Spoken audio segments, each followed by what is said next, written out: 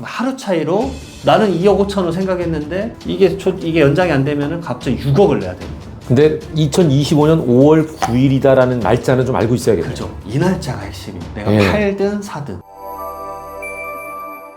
세무사님, 문재인 정권 때 다주택자 중과세 제도가 있었잖아요. 맞습니다. 이게 다시 시작될 수 있다는 얘기가 뭡니까? 첫 번째로 그냥 제가 설레발이길 바래요. 말 그대로 이 영상 보고 얘가 또 말도 안 되는 시나리오 쓰네라고 차라리 욕하는 게 나을 것 같아요. 왜냐면 펼쳐지지 않는 게 나으니까. 근데 이제 어게인 2017이 될까봐 걱정이 돼서 하는 말인데, 제가 계엄령을 보고 나서 느꼈어요. 우리나라는 이제 안 될 게 없다. 다 될 수 있다.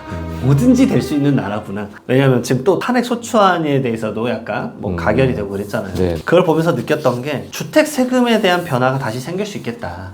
왜냐면은 여당하고 야당하고 서로 이제 스탠스가 좀 다르긴 한데, 야당 측 스탠스에 대한 얘기를 좀 말씀드리고 싶었던 거예요. 그래서 조정 대상 지역 내 다주택자 중과세라는 게 있었습니다. 지금 주택 관련된 걸 잘 모르시는 분, 그러니까 이걸 경험하지 않은 분들은 그게 뭔데? 왜냐면 이게 2022년도부터 거의 있으나마나한 유명무실한 제도가 돼서, 사실 지금 벌써 23, 24 거의 2년 넘게 지났으니까 2년 반 지났죠. 이걸 모르는 사람들이 많아요. 근데 예전 분들은 이걸로 고생을 엄청 했거든요. 왜냐면 제가 이때도 이제 양도소득세 상담을 엄청 해드렸었는데 고생을 엄청 많이 한 게 기억이 나서 리바이벌 하는 느낌으로. 첫 번째로 생각할 건 뭐냐면, 조정 대상 지역 내 양도소득세 중과세 한시적 유예, 이게 연장될 거냐. 이게 말하면 복잡한데 이렇게 말씀드릴 수 있어요. 내가 주택수가 많아요. 근데 그 중에 하나를 파는데 그게 조정 대상 지역 내에 있는 주택을 팔면 거기에는 중과세를 적용을 합니다. 예를 들면 투기과열 지역이라든지 맞습니다. 이런 걸 조정해 놨는데 맞습니다. 그 지역을 팔았다 그러면은 기존의 세금보다 더 얹어서 내야 되는. 아주 정확한 표현이죠.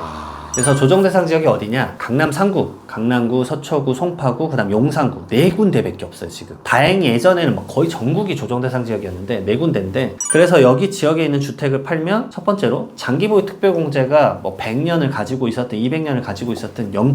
그게 사실 좀 커요. 인플레이션을 좀 해지해주는 효과인데 걔가 0%가 되고, 그다음에 두 번째로는 2주택자면 세율에 20% 추가, 그다음에 3주택자면 30%가 추가돼요. 그럼 최고 세율 구간이면 양도소득세가 82.5%가 나와요. 이게 82.5%는 좀 살인적이에요. 그러네요. 그럼 내가 이제 차익이 10억이다. 그러면 간단히 계산하시면 한 7억 5천이 세금이에요. 그러면 좀 너무 세잖아요, 사실은. 진짜 세죠.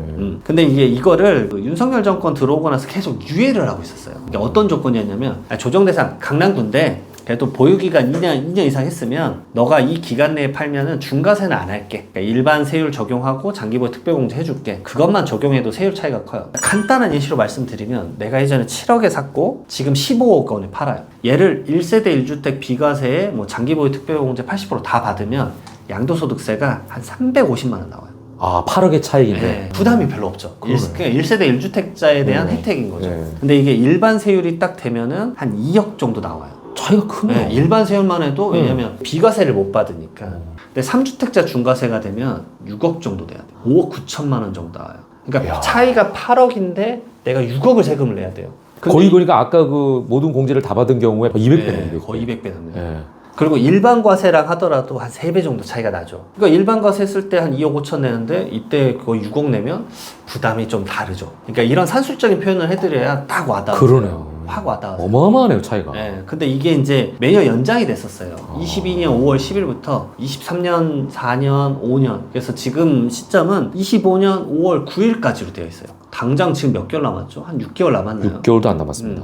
근데 이게 매년 1월 달에 경제정책 방향 나왔을 때 1년씩 연장을 해줬었어요. 근데 이게 대통령령이에요. 근데 지금 이 시국에서 저는 어떻게 될지 모르겠어요. 대통령 권한이 지금 제한돼 있으니까. 그러니까 이 대통령령으로 이게 연장이 안 된다 그러면 강남 3구나 용산에 원래 주택을 당연히 이제 기본 세율로 알고 파시려고 하셨던 분이 첫 번째 조심해야 될 게 뭐다? 이게 내가 지금 판다 그러면 오늘 뚝딱 파는 게 아니잖아요. 왜냐면 잔금일을 기준으로 봐야 돼요. 그러니까 계약서를 2월 달에 썼는데 잔금일을 예를 들어서 5월 10일이다. 만약에 그러면 진짜 이건 그럼 하루 차이로 나는 2억 5천을 생각했는데 이게 연장이 안 되면은 갑자기 6억을 내야 되는 거예요. 어마무시한 상황이. 그래서 지금 이걸 알아야 돼요. 이게 미리 말씀을 드려야 되는 이유가, 저는 아까 말씀드렸잖아요. 안 펼쳐지고 차라리 욕을 먹으면 돼요.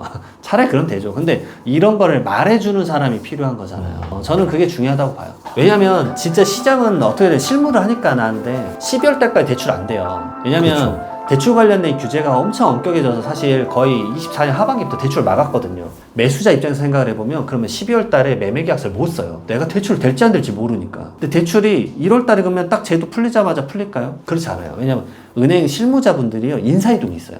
인사이동이 좀 일어나고 1월 중순쯤 되면은 대출 담당자가 확정이 되거든요. 그럼 그때 내가 가서 문의를 해보면 좀 알려준 다음에 그 다음에 이제 매매 물건 찾고 2월쯤에 얘기 나누다 3월쯤에 계약서를 쓸 거예요. 근데 대부분 약간 강남 3구나 용산 구에 있는 주택은 잔금일이 3달 정도 걸려요. 그러면 6월이잖아요. 그러면 이제 매도자가 고민이 되는 거예요. 조정 대상 지역에 대한 이 연장이 안 되면 내가 지금 이거 파는 게 맞을 것인가. 그리고 개인적으로 이제 실무를 많이 하니까 또 말씀드리고 싶은 게 뭐냐면 절대 그러면 잔금일을 5월 초로 하면 되지 않냐. 저는 절대 그러지 않으셨으면 좋겠어요. 저는 5월 초에 팔려고 이제 이거 아니까 5월 1일로 설정했다고 해볼게요. 항상 세상은 내 마음대로 안 돌아가더라고. 매수자가 이러게 막 갑자기 연락이 와요. 미안하다. 은행에서 갑자기 대출이 안 된다더라. 잔금일을 좀만 미루자. 5월 20일에 대출이 된다더라. 20일만 좀 미뤄달라. 근데 매도자는 그걸 못하죠. 그렇죠. 왜냐? 9일이 끝나니까. 네. 제가 이런 일을 그 중과세 때 너무 많이 경험했어요. 세법이 1월 달에 바뀌잖아요. 그럼 12월 달에 잔금 치르려고 했는데 잔금이 대출이 안 돼가지고 1월로 미뤄지고 세금 몇 억 더 내고 너무 많이 봤어요. 그럼 이거 어떻게 해야 되죠? 그러니까 이런 거를 제발 인지를 해라. 그러면 어떻게 해야 되냐면 특약문구에 써야 되죠. 그러니까 잔금이 만약에 잔금일이 변경이 되면 그럼 이것에 대한 이제 해약 조건이나 이런 거를 제대로 명확하게 써야 돼요. 그럼 아예 해약을 한다든지 네, 해약을 아니면 나오는 세금에 대해서는 본인이 책임져라라고 한다든지. 그것도 안 돼요. 왜 매수자가 그 세금을 책임지면 그걸 양도가액에 얹어서 다시 양도세가 올라가요. 그럼 이거는 해약, 특약을 네. 쓰는 방법밖에 없나요? 그런 게 중요하죠. 그래서 이런 컨텐츠는 제가 봤을 때 중개사님들도 많이 보거든요. 양도소득세 중개사님도 많이 봐요. 왜냐면 계약서 자기들이 당연히 세금 그렇죠, 좀 체크하고 써줘야 되니까. 이분이 제가 봤을 때 쏟아질 수도 있어요. 그러네. 첫 번째 시작이 그래서 이거예요. 정말 주의하셔야 됩니다. 자, 그러면은 지금은 강남 3구하고 용산구인데 만약에 조정 대상 지역이 더 늘어나게 되는 사태는 맞습니다. 야, 이거는 생각만 해도 끔찍하네요. 방금 말했던 것을 믹스를 시켜야 돼. 왜냐? 그러면 나는 마포구나 강동구 거야. 네. 어차피 나는 상관이 없네. 예. 근데 마포구랑 강동구에 갑자기 3월부터 조정 대상 지역을 설정하면 어떻게 될까? 이걸 생각을 해야 돼요. 갑자기 세제 개편이란 게 조정 대상 지역이라는 게 확 바뀔 수 있어요. 물론 조정 대상 지역은 주택법상 국토교통부 장관님이 설정을 해요. 근데 지금 막 좀 시국이 이러니까 이 설정이 쉽진 않을 것 같은데 약간 정권이 바뀌거나 혹시 변동이 상황이 생기면은 조정 대상 지역이 더 늘어날 수 있거든요. 이건 약간 매수자 측면에서 먼저 말씀드리면 취득세가 중과가 돼요. 근데 내가 취득하는 입장에서도 세금이 더 나올 수 있다는 거예요. 왜냐하면 조정 대상 지역은 1주택자까지는 그냥 일반 매매 취득세로 1%에서 3%인데 두 번째 주택부터 8%, 세 번째는 12%예요. 근데 비조정 대상 지역은 3번째부터 8%고 네 번째부터 12%거든요. 그러니까 내가 지금 주택이 이미 한 채 있었는데 이번에 추가로 마포구 하나 사볼까? 그냥 계약서를 써놨어요. 잔금을 치렀는데 그 과정에 조정 대상 지역에 갑자기 마포구가 설정이 돼요. 그러면 기존에 3주택부터 중과세니까 두 번째까지 괜찮지 하다가 갑자기 조정 대상 지역에 설정되면 두 번째부터 세금의 취득세가 8%. 이 취득세 차이가 억 단위. 그러면 내가 이제 당황스러워. 왜냐? 잔금 치르고 그 취득세를 못 내면 등기를 못 해요. 그렇죠. 근데 문제는 취득세는 대출이 안 돼요. 현금으로 내야 돼요. 완전 내 돈으로 해야 돼. 카드로 뭐 이렇게 딜레이는 되는데 그때 그 당황스러움 억 단위를 갑자기 며칠 만에 마련할 수 있는가. 근데 이제 이런 법은 대부분 사실 부칙에다가 이렇게 적어요. 조정 대상 지역이 설정되기 전에 매매 계약한 계약을 설정한 건 봐줄게. 근데 이런 게 있어요. 이건 봐주는데 너가 주택수가 뭐 한 채만 있거나 무주택자거나 이럴 때만 봐줄 수도 있어요. 그러니까 변수가 생길 수 있어요. 그런 당황스러움이 생기니까 물론 이제 어떤 변수가 생길지 모르겠지만 그러게 되면 나도 이것을 예측은 해야 된다. 그러니까 매수자도 특약 문구는 고민을 해봐야 돼요. 아니, 그러면은 결론적으로 2025년 5월 9일까지는 집을 팔거나 사면 안 되겠네요. 어떻게 보면 조심해야 되는 경우가. 약간은 지금 이제 제가 봤을 때는 이러기까지 가는 건 극단적일 것 같기는 한데 좀 더 말씀드리면 탄핵 관련된 게 헌법재판소 결과가 나오고 나서는 조금 나을 것 같아요. 왜냐하면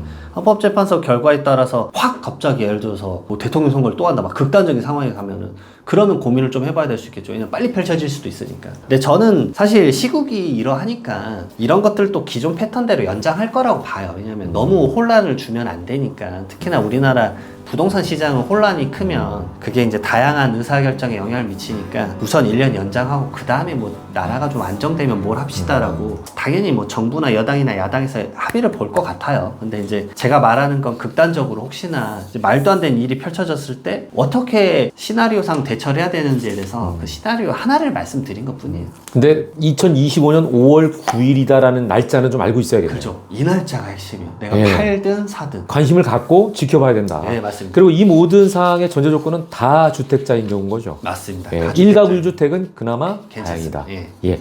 아유, 오늘 정말, 와, 우리에게 너무나 유용한 정보를 전해주신 것 같아요. 네. 귀한 시간 내주셔서 고맙습니다. 네. 여러분께 양질의 콘텐츠를 제공할 것을 약속드리겠습니다. 지금까지 지식인 스튜디오였습니다.